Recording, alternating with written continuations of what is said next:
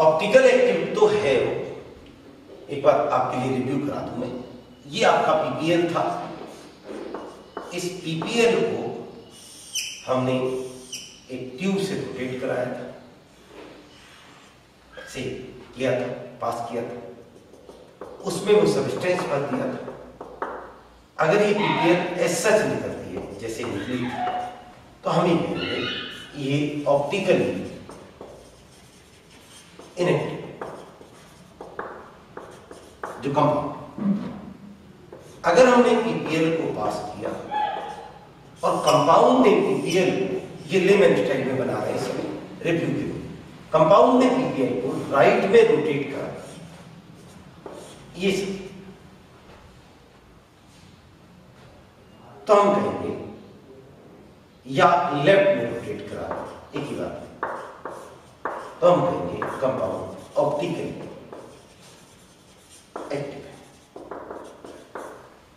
और जब वो ऑप्टिकली एक्टिव है तो उसकी दो फॉर्म हो सकती हैं, प्लस या माइनस, डेक्स्ट्रो या ली।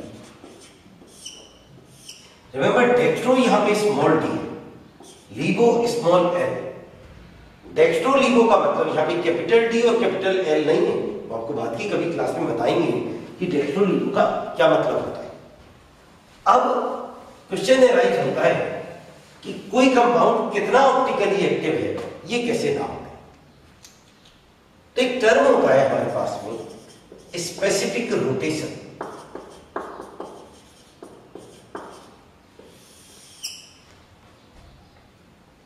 अल्फा से डिनोट करते हैं इसको, अभी बताएंगे डी क्या है, टी क्या है। इक्वल टू होता है थीटा डी इंटू एल, ये स्पेसिफिक रोटेशन। याद रखें, बहुत इंपॉर्टेंट बात तो ये है कि अल्फा किसी कंपाउंड का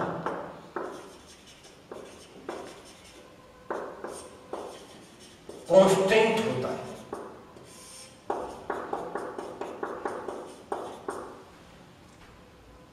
डिपेंड ओनली ऑन, ये जो अल्फा है केवल दो चीजों पे डिपेंड करता है।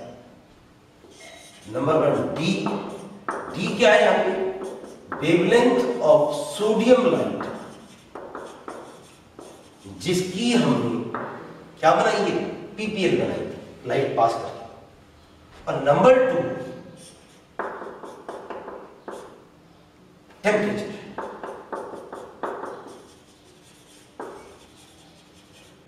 तो किसी सब्सटेंस का स्पेसिफिक रोटेशन केवल दो चीज पे डिपेंड करता है, lambda that is the wavelength and T that is temperature.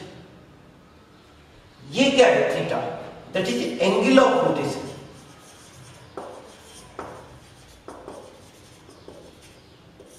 हमने ऑब्जर्वर लेंस को कितने डिग्री घुमाया है जिससे पीपीएल दोबारा उसी पॉइंट पर आ गई जब उसने रिफ्लेक्ट किया था, उसे हम कहते हैं एंगल ऑफ रोटेशन। ये प्लस में भी हो सकता है, माइनस में भी हो सकता है। डी क्या है, स्मॉल डी क्या है, डेंसिटी ऑफ सब्सटेंस, जो भी ऑर्गेनिक सब्सटेंस आपने लिया है उसकी डेंसिटी इन ग्राम पर एम।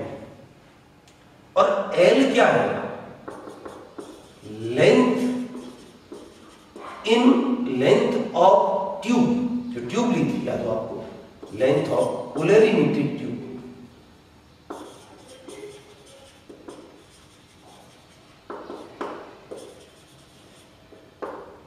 इन डेसीमीटर, ये बहुत इंपॉर्टेंट बात है, ये डेसीमीटर।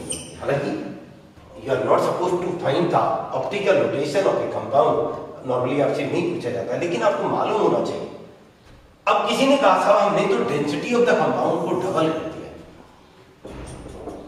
जैसे किसी ने क्वेश्चन आपको बना के दे दिया, आपसे कहा ऑप्टिकल रोटेशन, स्पेसिफिक रोटेशन, क्षमा चाहता rotation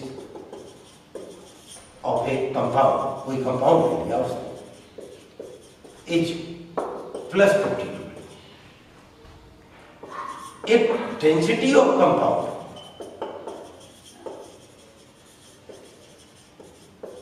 is doubled, the specific rotation will become, and the answer is plus 52 का प्लस 52 ही रहेगा। देखने में तो ऐसा लगता है कि अल्फा डी की इन्वर्सली क्वेश्चन है। नो, अल्फा तो एक कांस्टेंट फिगर है, डी अगर हम चेंज करेंगे तो थीटा चेंज होगा, एंगल ऑफ रोटेशन चेंज होगा, ना कि स्पेसिफिक रोटेशन।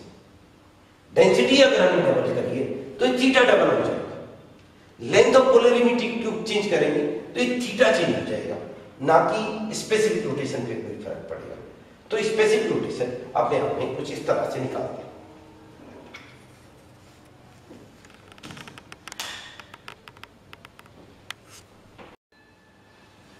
अब क्वेश्चन ये राइट होता है कि सब कौन से कंपाउंड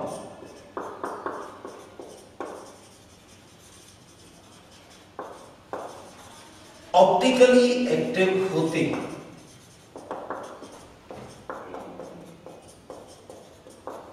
ये क्वेश्चन है।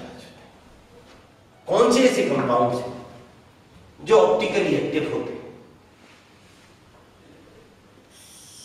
ऑप्टिकल एक्टिव क्या होता है वो तो आप जानते हैं, जो पीपीएल को रोटेट करते हैं वो ऑप्टिकली एक्टिव होते हैं। कौन से, कैसे मालूम करेंगे कोई कंपाउंड ऑप्टिकली एक्टिव है? आंसर बनता है, जो अल्टीमेट आंसर बनता है, आंसर बनता है those compounds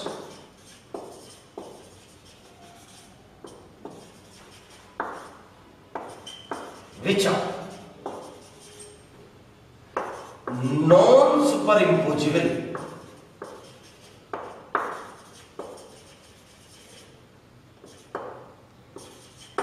to their mirror image, जो अपनी मिरर इमेज पर सुपर इम्पोज नहीं करते। अगर एजर्सन रीजन का क्वेश्चन आता है, कोई और बहुत सारे क्वेश्चन ही ये बनता है कि कौन से कंपाउंड ऑप्टिकली एक्टिव होते हैं। उसने कहा था इसमें कायरल कार्बन हो ना हो, कैसा हो, क्या, इन सब का मतलब ही नहीं बनता है। एक बात अल्टीमेट आंसर ये बनता है कि एक कंपाउंड जो अपनी मिरर इमेज पर सुपर इम्पोजिबल नहीं, वो ऑप्टिकली एक्टिव होता है। Those compounds which are not superimposable to their mirror image. आप कहेंगे साहब ये तो हम बहुत मुश्किल सेंटेंस कर रहा है, नॉन सुपर कैसे मिरर इमेज देखेंगे? अभी आपको कुछ देखने की जरूरत नहीं है, आपको एग्जैक्टली बस ये याद होना चाहिए कौन से कंपाउंड ऑप्टिकली एक्टिव होते हैं। अगर आंसर है those compound which are non superimposable to their mirror image. जब तक ये क्लास खत्म होगी तब तक हम ये सीख जाएंगे कि हम कैसे सुपर इम्पोज करते हैं, कैसे मिरर इमेज देखते हैं, जो भी कुछ इस तरह की बातें बनती हैं। अभी तो ये अल्टीमेट आंसर क्या है, दिस इज आंसर कि भाई कौन से कंपाउंड ऑप्टिकली एक्टिव होते हैं। भाई अगर कोई कंपाउंड अपनी मिरर इमेज के को नॉन सुपर इम्पोज करता है वो सर्टेनली ऑप्टिकली एक्टिव होगा। क्यों, मैं आपको यहाँ एक्सप्लेन करूँ उन लोगों के लिए जो थोड़ा बहुत जानते हैं, उनके लिए एक्सप्लेन कर दूं। ऑप्टिकली एक्टिव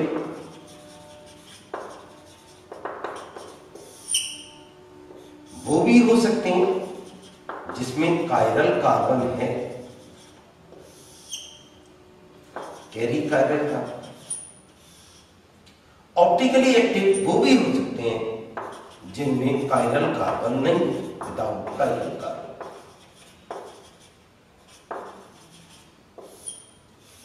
तो अगर हमसे कोई पूछे which compound is optically active, और चॉइस होती है पहले a compound having chiral carbon, a compound not having chiral carbon. तो लेमन में तो इसका answer compound having chiral carbon बनता है। लेकिन अगर एक ऑप्शन ये है a compound which does not superimpose its mirror image, then this is the answer. Chiral carbon है तो भी ऑप्टिकली एक्टिव हो सकता है, सारे ऐसे भी कंपाउंड होते हैं जिनमें कायरल कार्बन नहीं है, फिर भी ऑप्टिकली एक्टिव हो जाते हैं। ऐसे ही जो ऑप्टिकली इनएक्टिव होते हैं,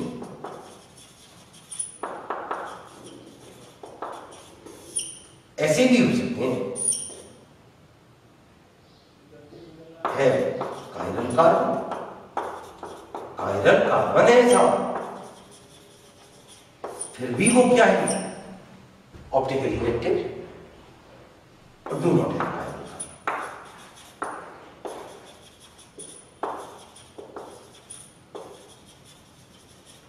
तो कायरल कार्बन के बेस पे हम ये नहीं कह सकते कि कौन से कंपाउंड ऑप्टिकली एक्टिव होते हैं या कौन से कंपाउंड ऑप्टिकली इनएक्टिव नहीं होते।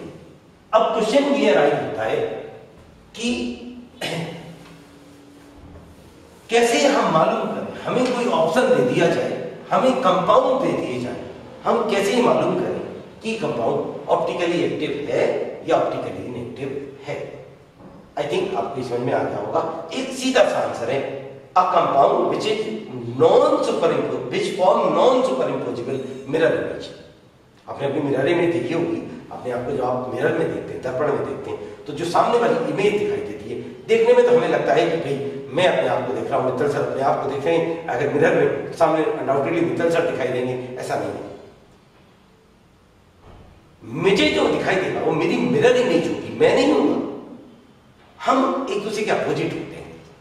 जैसे आप ये सोचिए मन में, आप इस बात को जानते हैं वैसे तो, कि ये दो हाथ एक दूसरे की मिरर इमेज है। इस हाथ को मिरर में देखें तो ये वाला हाथ दिखाई देगा। क्या ये एक दूसरे को सुपरइम्पोज करते हैं? अगर हम ऐसे करते थे तो सुपरइम्पोज करें? नो, सुपरइम्पोज ऐसे कैसे कर सकते हैं साहब? ऐसे तो दुनिया की हर मिरर इमेज एक दूसरे को सुपरइम्पोज करे। आपको सुपरइम्पोज करना है तो उसे उसी फेस की तरफ से लाना पड़ेगा। इसकी मिरर इमेज है, इसको इसी फेस से लाइए जिस फेस में ये है। आप देखिए क्या ये सुपरइम्पोज करते हैं? नो। मैं नहीं कह रहा कि हाथ ऑप्टिकली एक्टिव है, नो। हम तो यहाँ कंपाउंड की बात कर रहे हैं, कंपाउंड कैसे देखा जाता है उसमें। लेकिन एक पर्टिकुलर बात में आपसे उम्मीद करूंगा, एक्सपेक्ट करूंगा इस बात को, कि भाई कभी भी आपसे ये कहा जाए कि भाई कौन से कंपाउंड ऑप्टिकली एक्टिव होते हैं, आपका आंसर आना चाहिए a compound which does not superimpose its mirror image। वो एक परफेक्ट आंसर बनता है। अब कब वो सुपरइम्पोज नहीं करता है, ये जरूरी क्वेश्चन बन जाता है अपने आप में कि भाई हम ये देखें कौन से ऐसे कंपाउंड होते हैं जो सुपरइम्पोज नहीं करते। अब उसका सबसे बड़ा आंसर आता है, इफ ए कंपाउंड के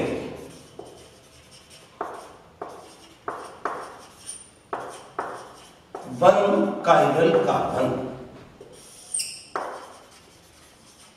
अगर एक कंपाउंड में एक chiral carbon,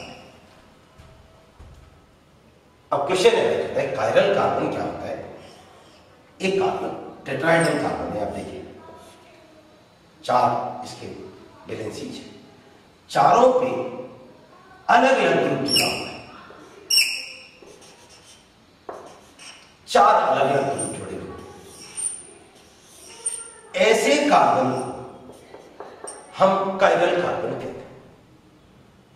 a compound having a carbon only one carry one chiral, only one chiral carbon. हम एक कार्बन कायरल कार्बन की बात कर रहे हैं। A compound carry only one chiral carbon